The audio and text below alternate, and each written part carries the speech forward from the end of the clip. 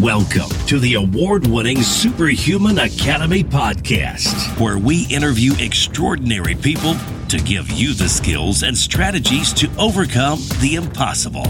And now, here's your host, Jonathan Levy. This episode is sponsored by Comrade Socks. For years, I've known about the health benefits of wearing compression socks, especially when I travel or have to sit for extended periods of time. You know, things like reduced risk of blood clots, improved athletic performance, reduced soreness and swelling, and much, much more. The problem? Most compression socks are hideous, expensive, and uncomfortable. That's why I replaced mine with Comrade Socks. Comrade Socks are engineered for all-day comfort and support, plus they come in neat colors and patterns that you'll actually be proud to wear.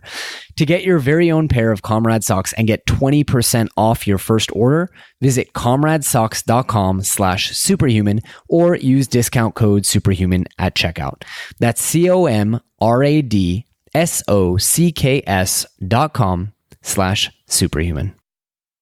Greetings, Super Friends, and welcome back to SuperHuman Academy. We have this wonderful episode for you, but first, I want to thank our friend P. Dimon from Canada, who says, thanks for putting us on SuperHuman track. 5 stars. Jonathan, I've been listening to your podcast from the last 2 months or so. Since that day, my life has changed in every positive way. I'm sprinting towards my goals now. The morning rituals are doing wonders to my life. I've started hitting 4:55 a.m. every single day, 7 days a week. Walks, stretches, and meditation have taken my life to a new level. Thank you, my friend. Keep up the great work. Well, wow. Thank you so much for that review. I'm actually getting a little verklempt here after reading it. So thank you so much. And if you want to hear me tear up on the air, all you have to do is leave a review. I'm kind of a quick crier, apparently. On to today's episode. You guys, today we are joined by Matt Ward. He is a serial entrepreneur, startup advisor, investor, and futurist, as well as a podcaster at disruptors.fm, a TED-esque long-form podcast with top scientists, creatives, and world leaders focused on a better future through innovation and entrepreneurship. He's also a top writer on Medium. He's built and sold 3 companies, including a 7-figure exit in 12 months, and created 4 top 5 podcasts, on top of writing a post-gene editing sci-fi novel. Wow, what a bio. I wanted to have Matt on the show because I wanted to talk about how he is so multidisciplinary, how he manages to do so much, focus on so much, have so many different interests, and create such an interesting and meaningful life. We also talk a little bit about the future and what that holds, and all the various things that he has learned interviewing some of the world's top authorities on the future, because as we know, technology and innovation are going to make us all superhuman. So it's nice to know what is coming down the pipeline. It was a great episode. I really enjoyed chatting with Matt, and I know that you will enjoy this episode with Matt Ward.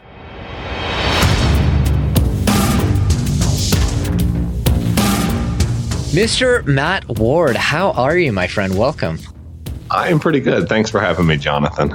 Thanks for coming on. I'm really excited about today's conversation. The only thing I have to warn you about is if a dog barks in the background, it's because I have a foster dog who I don't yet know very well. So I'm not sure what's going to happen, but we'll just take it as applause if he barks for whatever it is you're saying.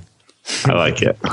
Awesome. So Matt, give our audience a little bit of background. I try in the intro to cover and explain who you are and what you do, but you know, it's always different to hear someone's origin story from them themselves. So tell us a little bit about you. Basically good in math and science. I should do engineering, right? But then I found out fast there's no way in hell I'm working for someone else. Couldn't handle having a boss and doing things the corporate inefficient way. I get into starting my own business. Of course, I go for the pie in the sky type deal, and that fails miserably. I'm not the next Zuckerberg. But I get into solo entrepreneurship, drop shipping. I find out fast that that's not a great way to make money once Tim Ferriss kind of shared the secret with everybody. So I started a crowdfunding podcast. Let's be unique. This is early on in Kickstarter, crowdfunding, Indiegogo days. And it goes really well, except for people that want to raise money. They don't have shit to pay you with. So I have to manufacture my own products, throughout this whole time, I'm living in Southeast Asia. I moved to China, designed a laptop case that opens into a standing desk. The problem is it's 3 weeks between design and prototype. I'm living in a super Chinese part of China. Like I walk by and people run to the windows type deal. Whoa. I'm a ADD type of person. If you listen to, you can kind of tell. I know other people that are also just manufacturing regular products and selling them. So I figure, okay, I'll do that as well. If these guys can do it, I can probably pull it off as well. I start a home garden outdoorsy type line, and it just kind of takes off. It's Amazon FBA manufacturing products using Amazon to fulfill them to customers. I started it with an 8K investment. The business starts to take off. I start a podcast around that, basically sharing, look, here's what I'm actually doing. I'm not trying to sell you guys the perfect solution. I'm just going to be as open and honest as possible. That went really well, was able to fuel my lifestyle. I was able to reinvest 100% into the business, sell that business at the end of a year, which was kind of a pipe dream. Let's have this as the tagline for the podcast, step 1 to 7 figures. Ended up hitting the 7-figure mark, selling the business for that, and then transitioning out of that business because it wasn't a passion project. I'm not really big on that kind of stuff. I wanted to get into stuff that actually mattered, which kind of speeds up to more or less where we are today.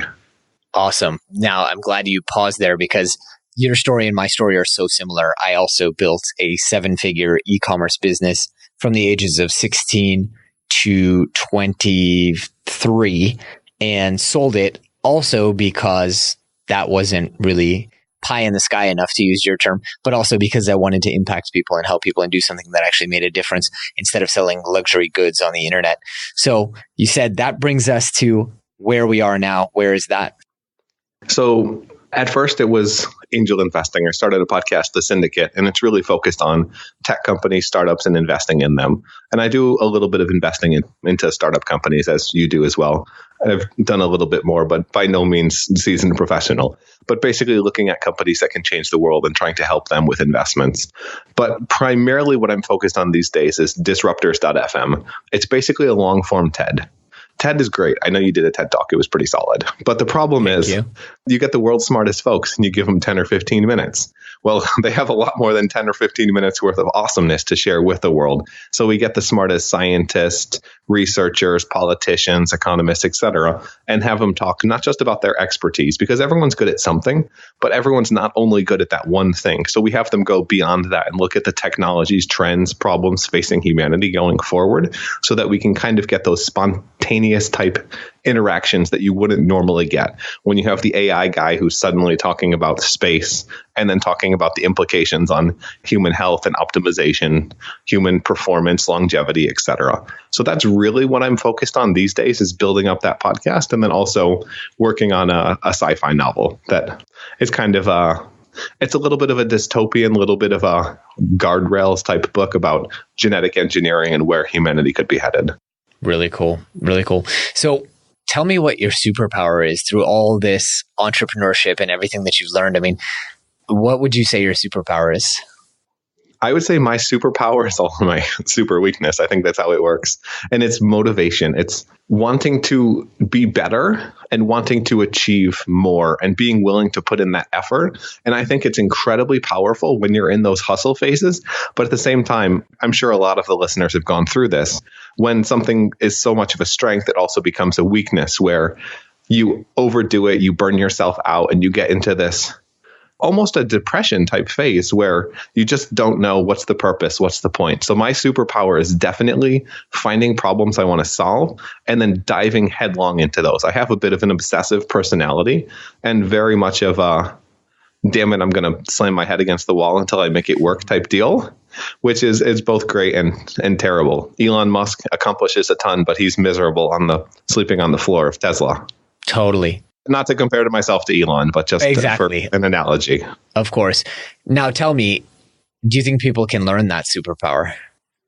To be honest, I don't think people can learn that type of superpower, but I don't think they necessarily need to or want to. I think if people have a focus, and it really depends on what you're focused on. So like this is a big part of what I think about it. I think that the vast majority of people are working in jobs that they do not like and oftentimes hate. They're not doing something they're passionate, much less obsessed about. And I think we need to unlock that talent of people doing their obsession. So I think when people find those obsessions, the things that they are fundamentally structured to do the change they want to create in the world, that they're so much further along in terms of what they're able to do motivation and output wise than if they put a couple filters in their life to cut out some of the garbage, to cut out some of the, this is not the stuff you need to be doing. You can accomplish the same thing without driving yourself mad. Interesting. So essentially you're saying really people have quite a bit more potential than they realize, and that there is a superpower in actually knowing how to tap into that potential. I think that's definitely true. And not only potential, but everyone has something to give to the world. I'm sorry, but most people are giving busy work to the world because that's what the world rewards, unless you're willing to take that really massive jump of, holy shit, what am I doing? Am I really going for this? Am I really going for this? Oh my God, the car's going. I need to steer. So how do you go about making that shift? I mean, I'm all about trying to give people as practical, actionable stuff as possible. So what are some steps that people can go through to, I mean, this is such a broad question, but what are some steps people can realize or use to realize that full potential and break out of this kind of comfort zone, to use a cliche? You could get hit by a bus tomorrow. I could get hit by a bus tomorrow. And that's something I try to keep in mind. I downloaded an app and I was going to use this as my top thing that I bought. That was one of the questions you had, but it was $1 and it's called We Croak. And it basically tells you 5 times a day, hey, guess what? You're going to die. And then it gives you some type of quote to meditate on death. There's only 2 types of meditations that have been proven to work for everyone. And that's death meditation and loving kindness meditation. And the death meditation specifically is to make you more present. And this is something I'm terrible at. I'm always in my own head, which is why it's important. I think a lot of us are. But when you think about the fact that, shit, I literally have nothing guaranteed in terms of tomorrow or the next day, it makes you think about, what do you want your obituary to say? Who do you want to show up? And how do you want to be remembered? And I think when people have those thoughts, it fundamentally shifts what they're able to and what they're willing to work on in their life. It's hard to go about the mundane day to day when you're kind of waiting for that retirement to live the life, not knowing if you're actually going to get that retirement, whether that's money or whether that's dying, whether that's your family or loved ones passing away. We try to set these constants in our life and we walk into the future walking backwards. We only know what we've ever seen. We don't really consider what we could see or create. Wow. So how do you structure the things you're working on? Because one thing that really stood out to me is you're doing many different things, right? It's not like you're focused on this one big saving the whales mission. I like to call social good missions, saving the whales missions. But you're also writing a book, which you've obviously decided is part of your potential and part of your legacy. So I love understanding, because I've spent so much time trying to figure this out for myself, I love understanding how it is people prioritize their time. And I don't just mean that on the micro level, I mean that on the macro level. You've obviously decided to devote hours, weeks, months to writing a sci-fi novel. So talk me through that. You also write quite a bit on Medium. You've built businesses. Now you're focused more on podcasting. How do you choose where to invest your energy, given that you will one day die? There's an acronym, attention deficit disorder. I very much am ADD in terms of what I focus on.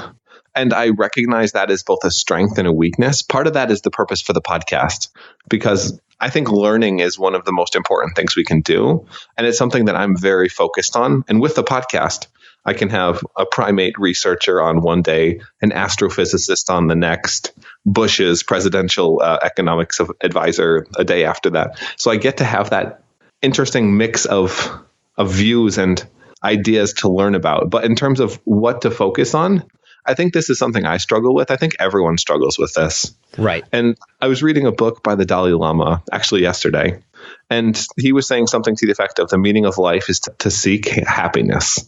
And I think in a lot of ways, that's something I'm trying to do. And I think it's something we're all trying to do. And I can very much say I'm not remotely close to it.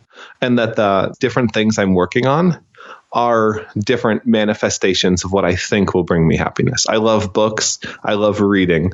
I had some free time. I decided to get into writing fiction and found out, holy cow, I actually really like this.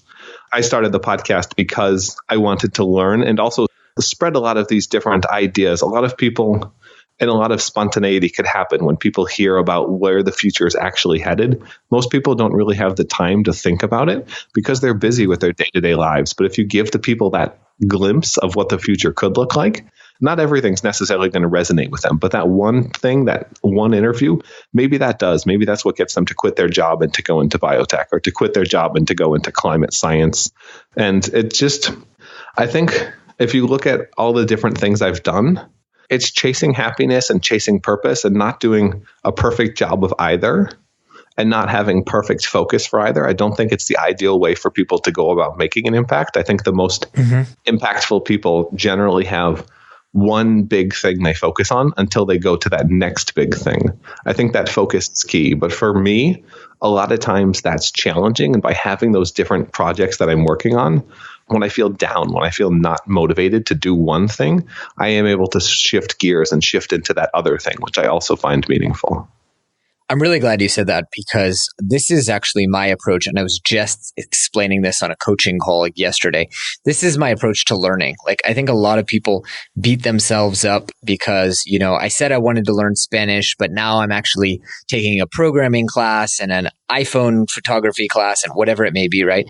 We beat ourselves up for not sticking to one thing. But in fact, two things. One, learning anything helps you learn everything. And, it's the more you learn, the more you can learn if you know how to learn correctly.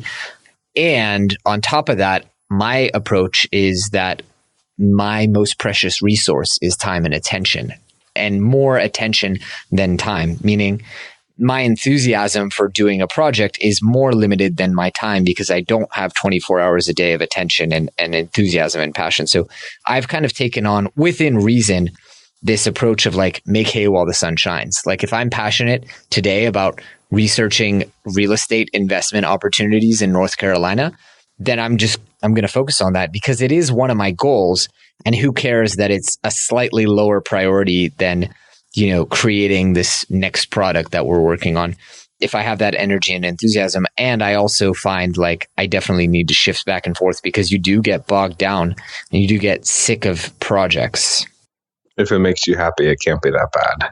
Totally. And that's not entirely true. But I do think there's kind of two schools of thought. One is the super hyper over optimization of everything, which is one thing I want to ask you about when you're on our podcast, in terms of getting bogged down by the latest science. And the other is, well, I'm just going to go with the flow. And I think the ideal situation for most people is to be able to do both and to have that self-awareness, which I'm not saying is something I have, but to have the self-awareness of knowing when is time to do each.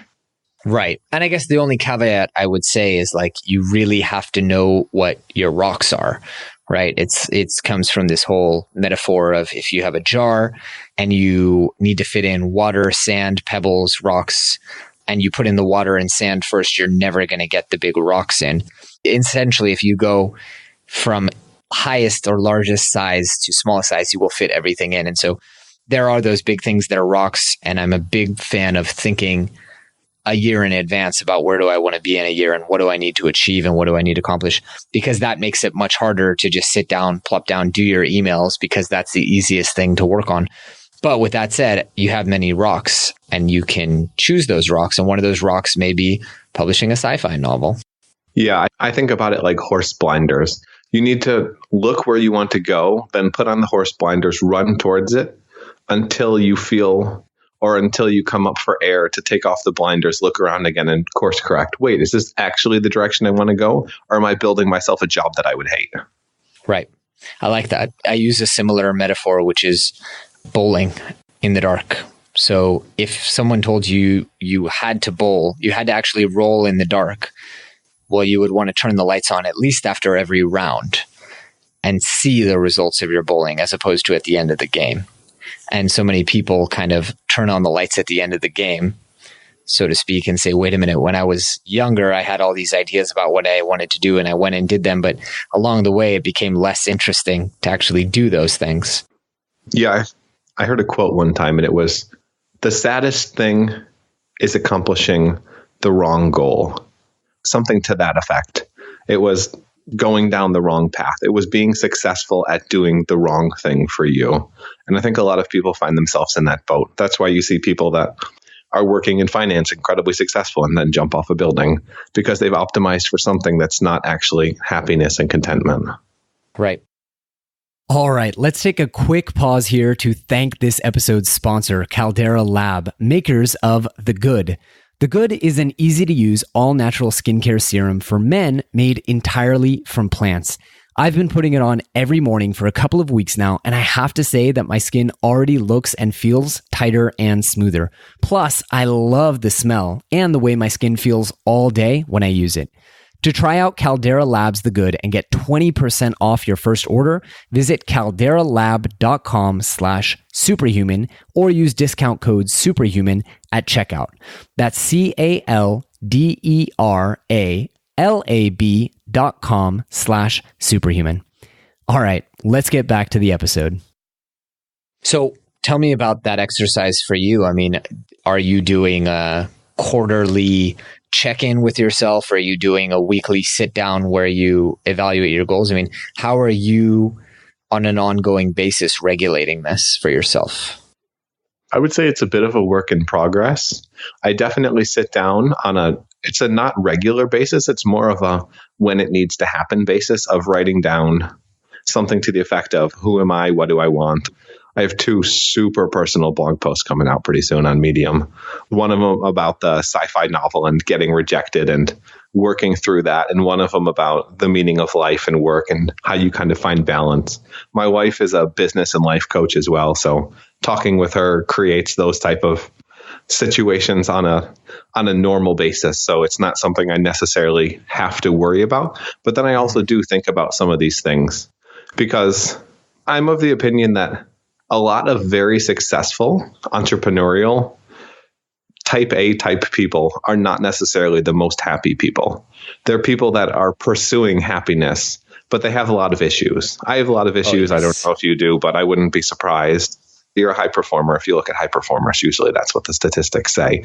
And I think monitoring not just goals, but how you're doing is valuable. I just recently got an app.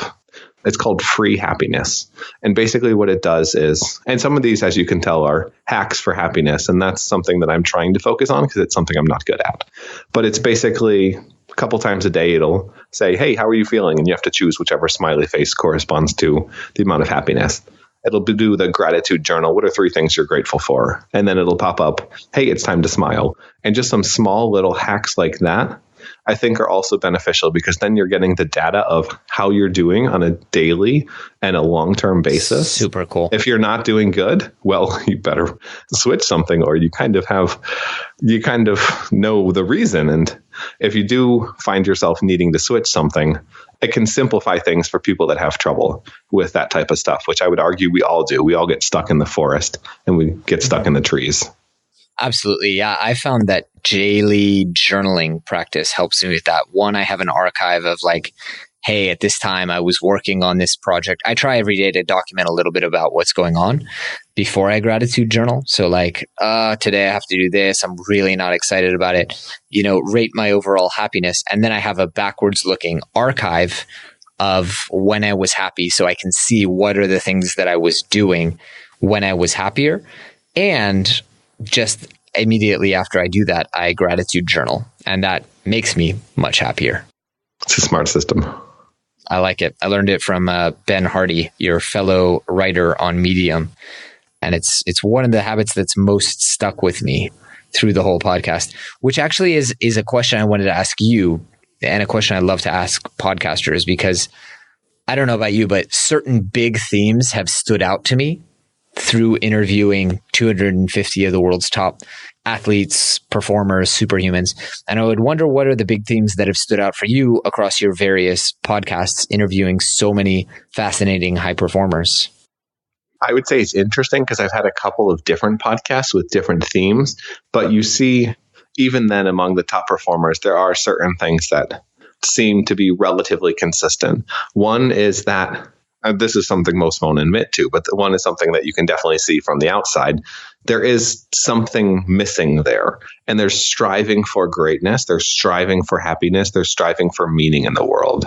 Another, meditation, people trying to find some way of coping with the human condition, trying to find their way in the world.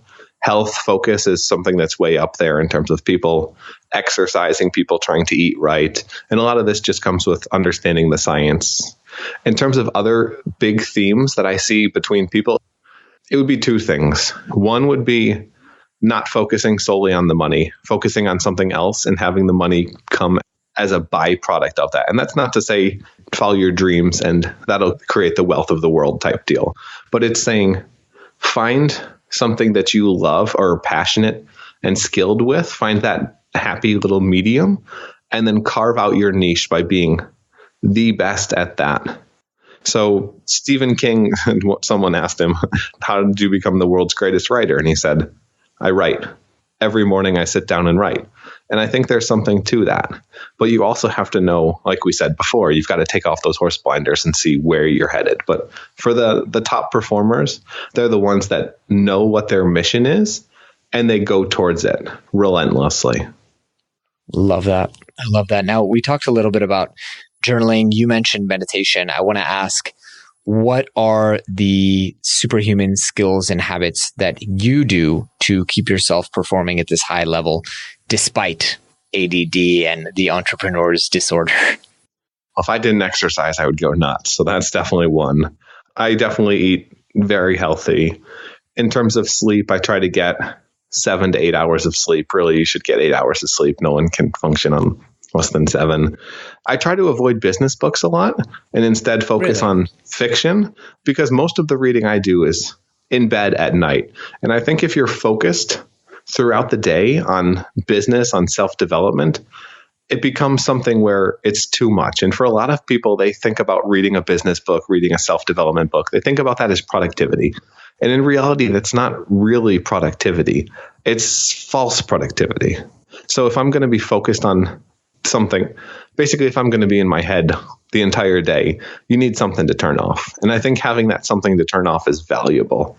But in terms of taking in information, I take in a ton of information. Most of it's via podcast. So I listen to a lot of really interesting podcasts on industry, on self-development, on the future. I usually do 3 to 4x speed on those, which I'm sure you can relate to in terms of working up on that. You can get a lot more information in. I think that's something that's been super beneficial for me. Let's see, any other habits? Obviously, don't really use social media.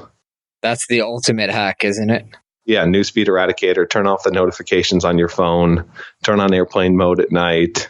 I do cold showers. Oh, great. Those would be the main ones. That's a pretty good list. And fasting. Intermittent or extended? I do both. So I do intermittent fasting every day. It's something where I found way better performance, health, mental clarity, etc. I've experimented with keto a bit. I found that can be very good, but long term it can have some issues. And then once or twice a week, I'll do a 24-hour fast, just dinner to dinner. Wow, good for you. That's very regimented. I do it about once a month. Today I did intermittent fasting, but it really depends. We have this sponsor that sent us this amazing product called Ambronite, which makes it, and this isn't a plug, I don't know if they're going to end up sponsoring this particular episode, but I have it sitting in my cabinet at all times and I can get like a healthy, all natural, no preservatives meal in 30 seconds, which makes it harder to fast. It's like, I could fast or I could just mix this stuff and it's so easy. You think so, but then when you do I get so much more work done on those 24-hour fast days because I don't have to think about or work on anything to do with eating. Agreed. A lot of the folks I interview are focused on longevity, biotech, life sciences, and just the best science we have right now. Fasting is the number one thing in terms of improving health and longevity and decreasing inflammation, which seems to be the cause of almost all leading neurological and chronic diseases, Alzheimer's, arthritis, you name it. You are absolutely right. And that's why I do it periodically. I should probably do it more than I do. So, Matt, give us some homework that you would like for people to do to make this episode actionable while they wait for next week's episode. I think everyone can dream bigger, and not just dream bigger, but accomplish more. It doesn't take 10 times the effort to have 10 times the results. Same thing with 100. You can achieve so much more than you think you can. So my homework for people would be to look at your life and look at the goals that you have. Be those business, be those personal development. It's easier to do with business, things that you can have physical numbers for. I want to hit $100,000 a year in revenue.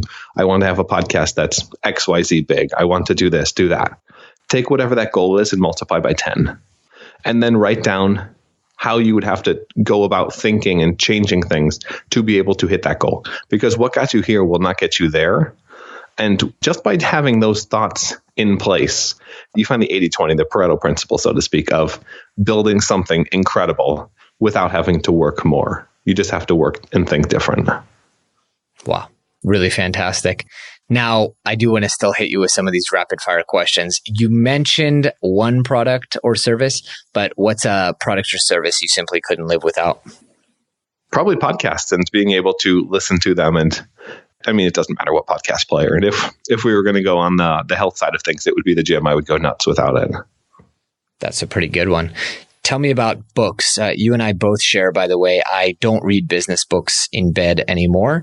I read fiction, or right now I'm reading an amazing book called A Brief History of Nearly Everything, which is really fun. But tell me about some books that have most impacted your life. I would say probably the most important one would be How to Win Friends and Influence People by Dale Carnegie. That's my one. That's awesome. It's the best way to understand psychology and to figure out how to get what you want by helping other people get what they want. And I think if you can think about things like that, you're much more successful when it comes to everything, especially business. I like Yuval Noah Harari's Sapiens. There's a lot of books. That's the problem. There's a lot of books that I've read and listened to that have been incredibly beneficial for me, but I can't necessarily remember all of the ones off the top of my head. If only there was someone out there who taught a memory course that could kind of help you remember all this stuff. I know, right? I have the same thing. And I teach this in our courses. Like, really, the point of a book is to gel the 5 big ideas, 10 big ideas. And sometimes a book doesn't bubble up to memory right away. Even better is when it's synthesized. So you don't remember where it's from. You just remember it and remember that it's good. Exactly. Now, tell me, where can people learn more and get in touch with you? I would say for people interested in the future and where the world's headed and how they can align their businesses and skills with creating something incredible, because I really do think we can be the change we want to create in the world, and we can build incredible businesses to do that. It would be disruptors.fm. That's the podcast where I interview TED-level folks, hour and a half, where we have the big, deep conversations on where the world's headed and how we can make it better. Because there's a lot of issues with the world, but there's a lot of opportunity as well. That's awesome. Yeah, disruptors.fm. If you're more interested in the startup side of things, then thesyndicate.vc is a podcast focused on angel investing. And then you can find me at my blog, mattward.io, where there's too many Matt Wards, so I couldn't get the .com, of course. But that's where you can find my blog, find more information about me, and then reach out and connect. Fantastic. And I know we podcasters are never supposed to pick favorites, but we do. What are some of your favorite episodes that you would recommend people listen to on either one of your podcasts? Oh, Lord, there's so many incredible ones. You know the one that where I say, which one should I start? You're like, oh, it's this one, right? I had a great one recently with Nikola Danilyov, the host of Singularity FM, focused on tech ethics and direction. But what I would say is an even better way to do it is, guys, go to disruptors.fm. We have categories. So if you're interested in space, you can find out everything that there is to know about living in space, asteroid mining, interested in AI, or how Facebook is changing your viewpoints or what the economy looks like post automation. Choose the category and you'll find some incredible stuff there. And then if you're interested in terms of where we're headed and some of the dangers ahead of us, disruptors.fm/risk. You can download my existential risk guide, basically looking at the big problems facing us. I love that. And I once read a book. I don't remember exactly the guy's name, but it was Our Final Hour. And each chapter was a completely legitimate way that humanity would destroy itself. Yeah, Martin Rees, he's a senior astronomer with Royal Institute of UK something or other. Yep. Very uplifting book.